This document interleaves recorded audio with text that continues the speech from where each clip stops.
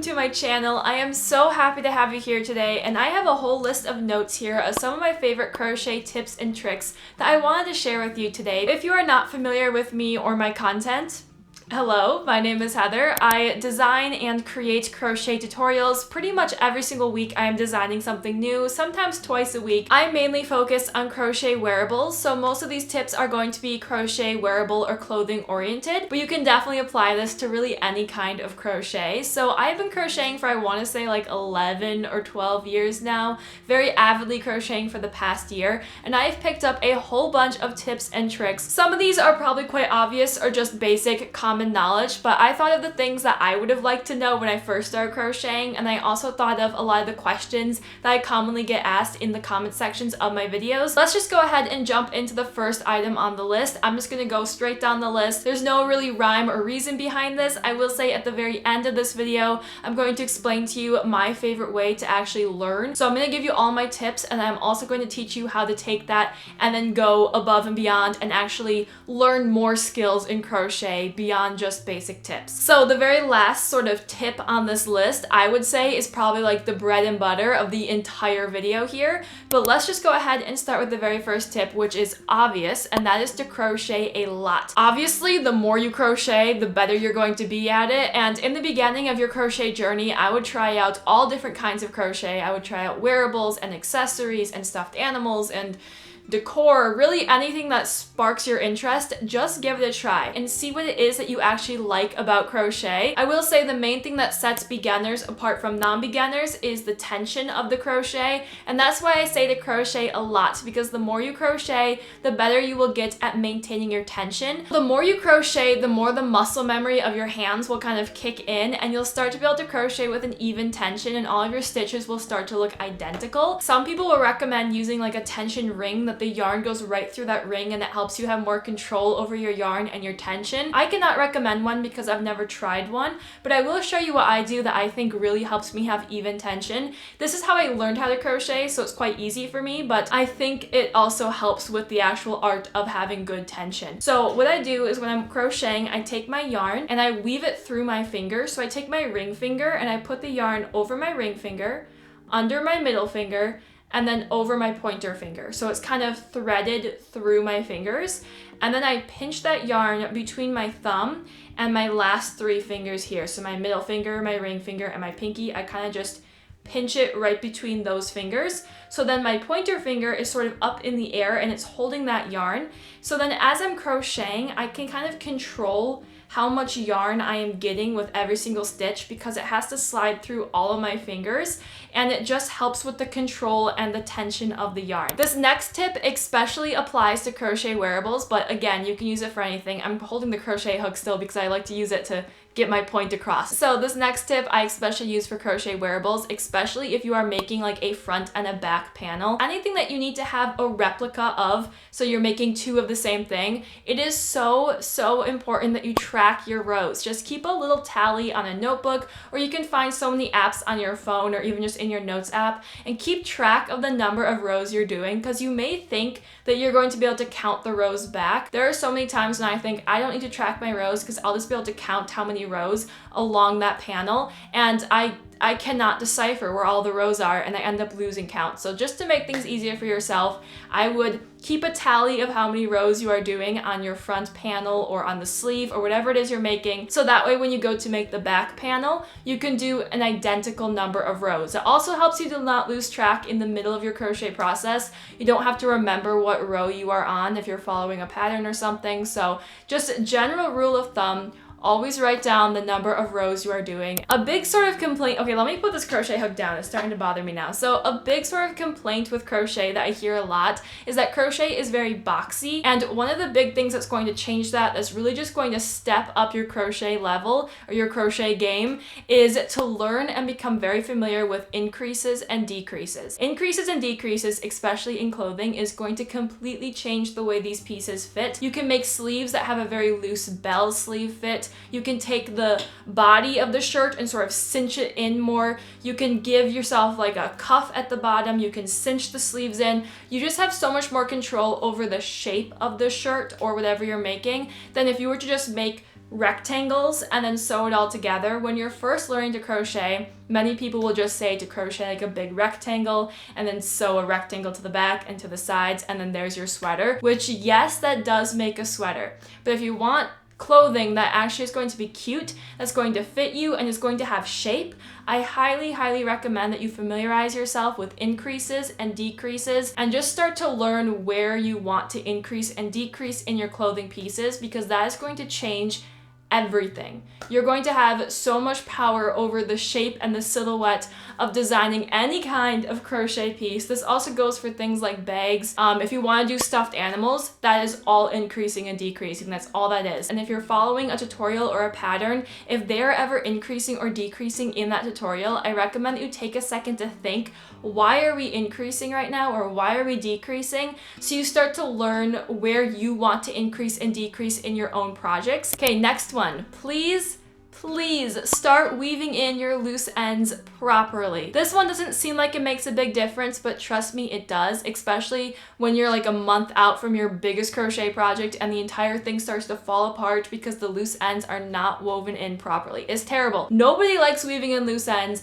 None of us enjoy it. But I really am going to tell you now, you want to do it correctly. It's going to be a pain, but you want to do it correctly. So I often see people will just tie like a little knot and then they'll cut the yarn, or even sometimes if you crochet the yarn in, like you work your stitches around the yarn, some people will say, oh, that's plenty, and then they'll cut the yarn. I will say, never leave a project without the loose ends woven in back and forth at least 3 times in different directions. So I will always cut my yarn with a tail, and then I will go back and I will thread that yarn through a needle and then weave that needle through the stitches, and I'll go back and forth about 3 times, and then I'll go a different direction or into a different set of stitches and then go back and forth again like 3 times.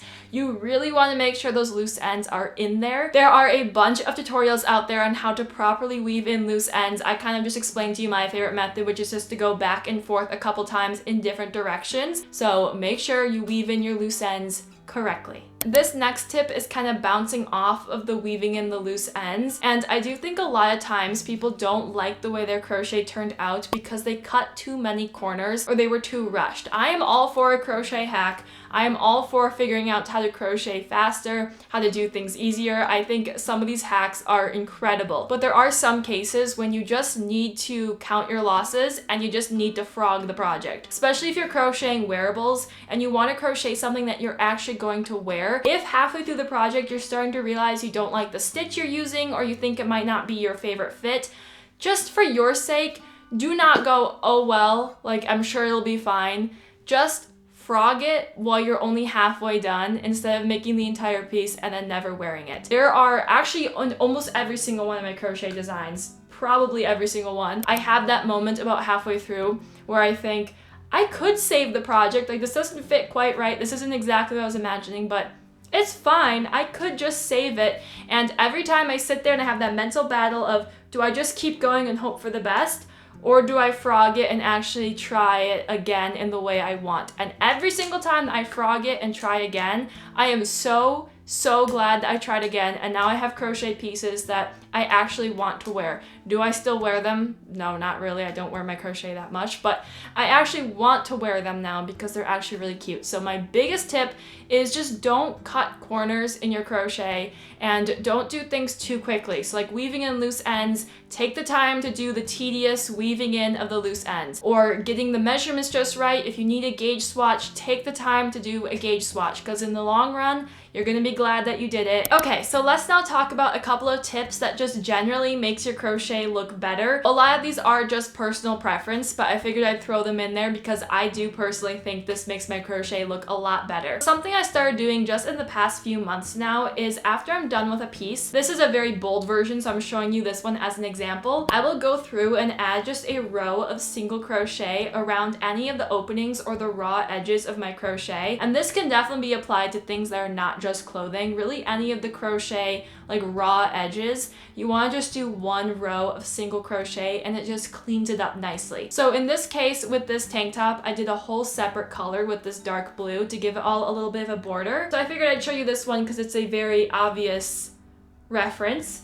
But then if you don't want like a pop of color, I was going to show you also on this vest I just made. I went through and I did a row of single crochet along the collar and along the shoulders, and it's so subtle you can't even tell when you're just looking that there's a row of single crochet, but it just adds this really nice clean border. Otherwise you're going to have that sort of like messy or raw edge of the crochet. It's like when you're sewing and you have the raw edges of the fabric and you want to go ahead and just fold that over and do a little stitch along the side so you have just the clean fabric. That's essentially what we're doing here with the crochet, is we're just adding a little row of like clean fabric around the collar and the shoulders or any of the raw edges of the piece, and it just really cleans up all the pieces so nicely. A big one that's definitely going to sort of upgrade your crochet is if you start to learn new stitches and you start to mix stitches together. You don't even have to learn any new fancy stitches, you can just mix like single crochet and double crochet. There's something about the mixture of the different textures or the different stitches that makes your crochet so much more visually interesting, and it just makes all of your pieces a lot more exciting and advanced looking. So I'll show you a couple references here. This one is probably my biggest reference. This is a very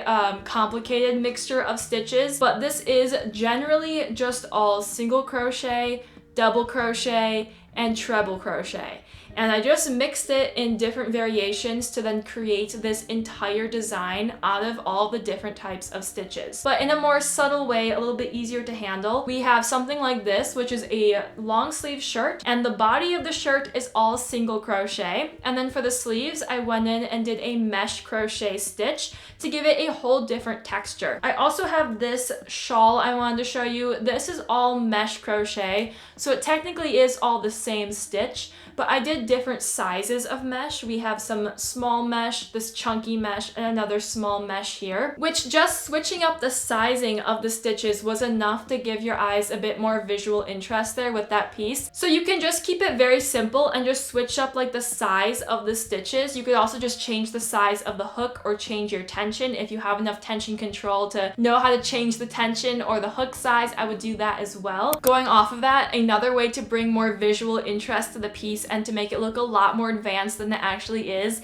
to play around with different yarn. You don't need to get fancy yarn, you can just stick with plain acrylic, but I would just play around with different sizes of yarn and mixing different colors together. So you can crochet with 2 strands of yarn at the same time to have like a mixed look, or you can cut the yarn and start a whole new color, obviously weaving in the loose ends correctly, to get just a combo of yarn. Like really have fun with your scrap yarn and have fun mixing together colors. I wanted to show you this hat that I just made because I think this is the perfect example of mixing together colors. So with this hat, I just used all one chunky white yarn, and then I went in and I mixed in weight 2 yarn with it. So I used just this chunky, I think it was like weight 6 yarn, and then I crocheted with a weight 2 blue yarn, and then I switched to a weight 2 sort of black or gray yarn, and then I did this little border with this maroon yarn on the bottom. So it's just about playing around with different colors of yarn, different weights of yarn. I mixed in this one, which is a much more fluffy yarn to give it more texture. Really, there are no rules in crochet, and you are just painting with yarn and you're playing around with the textures and the colors and the weights of the yarn. So I would say just have fun with it and try mixing in other yarns and just see what happens. Once your crochet piece is completed, I almost always would recommend that you steam it or you water block it, especially for crochet wearables. Don't be afraid of the piece stretching out. A lot of people talk about when you steam your piece, it's going to get a lot bigger, and it can get a lot bigger if you want it to, but if you don't pull on it and you just simply steam the piece without actually pulling on any of the fabric, then it's not going to really grow in size. You actually have a lot of control over the size of the piece, which is why I like steaming so much, because you have control over making the sleeves longer or making the piece flowier, or you can just keep it all the same size. But steaming your piece is really going to help with the tension control. Even if you are a really good crocheter, if you are crocheting one piece over the course of like a week or even a couple months, every day your tension is going to be slightly different, and over time you will have slightly different tension in the stitches. So going over it all with a steamer or water blocking it is really going to help to just loosen up the stitches and even out the entire project. This steamer I got for like $10 or $15 at Walmart, very cheap, just a little handheld steamer, and I just hang up the piece and just go along it with the steamer. And if there's any things I want to change, like if I want it to be a looser fit, I will kind of pull on the crochet as I steam it. But if I don't want to change the shape, I just want to loosen up the stitches and even it out, then I will not pull on the crochet, I will just run the steamer over it. You can find a lot of tutorials on how to steam or water block your crochet. I have a video here on water blocking, and I do briefly cover steaming in there as well, so I would check that out if you are interested, but otherwise, steam your crochet. So in the last part of this video, I wanted to talk to you about my favorite way to just actually learn crochet and to continue to improve in every single crochet piece that you make. Something I have noticed quite a few people mention when they talk about tips and tricks for crocheting is they highly recommend that you try freehanding a crochet piece. And while I do think there is a lot to be said about the idea of putting down the patterns, putting down the tutorials, and just giving it a go for yourself and how much you can learn from freehanding, I am going to say everyone learns very differently. I personally don't think that freehand crochet is very helpful until you know what it is that you are doing. With freehand, if you don't know what you're doing, you're honestly just kind of winging it and hoping that it turns out, and then if it doesn't turn out, it's pretty disappointing and you start to think that you're not good at crocheting, which is not the case. So what I would kind of recommend is, first of all, I think that patterns and tutorials are very helpful. I would not stop using them. Maybe I'm biased because I post tutorials, but I would not stop using them. I still use them from time to time. I think that's really helpful just to have someone kind of tell you how to do it, and then you can adjust off of that. Like if you find a tutorial that you really like, but you don't quite like the sleeves of the top or something, you could follow the tutorial to make the top and then do your own thing for the sleeves. That's a little bit less intimidating than making an entire shirt for yourself, which just kind of goes into what I'm saying, which is when you have something you want to make, I recommend breaking it down into pieces and then individually searching the tutorials or the instructions for each of those pieces. This kind of guarantees that your piece that you want to make actually is going to turn out. You will actually be learning new skills instead of just freehanding it and hoping that it works. You'll be learning new terminology, new stitches. There's just so much more to learn from actually searching each individual concept of what you're trying to make instead of just freehanding it. This was my first ever tapestry crochet piece, and also I think was my first ever sweater, so there was a lot I had to learn for this design. And don't get me wrong, I definitely did frog it multiple times. If you're doing anything freehand, be prepared to frog it a lot. But I just wanted to explain to you kind of my thought process when I was making this on how I learned each skill, so I didn't just freehand this. So first I knew that I wanted to do this sweater, and I sort of sketched up the design. I got some inspiration on Pinterest, and I came up with the sort of pixel graph for this design here. And then I decided that I needed to learn some skills to make the sweater. So first I looked up how to crochet a sweater, and I watched like 2 or 3 different tutorials. I just kind of breezed through them and saw how people were building their sweaters to decide what way I preferred. So I was looking at how people would get measurements, how people would make the front and the back panel, as well as how they would attach the sleeves. So I was just looking for these very key things. I wanted to know how I wanted to do my sleeves and how I wanted to do the measurements of the sweater. So once I learned that, I also looked up how to do a gauge swatch because I realized I was going to need a gauge swatch for this if I wanted it to fit correctly. So I looked up how to do that, and then I found a tutorial on that. And then I knew I wanted this design on the sweater, so then I looked up how to tapestry crochet, and I learned how to do that. And then after that, I knew that I wanted to have sort of a ribbing at the bottom and the collar. So then I looked up how to add a ribbed collar or how to do the elastic stitch, so I could then add that to the top and the bottom of the sweater. So long story short, you come up with a design, something you want to make, and instead of just freehanding it, you break it down into each skill that you are individually going to need to know how to do in order to make this, and then you go and you learn each of those skills and then compile it all together to make your finished product, which is going to turn out so pretty, and you're going to learn so much more from that instead of just freestyling it. Okay.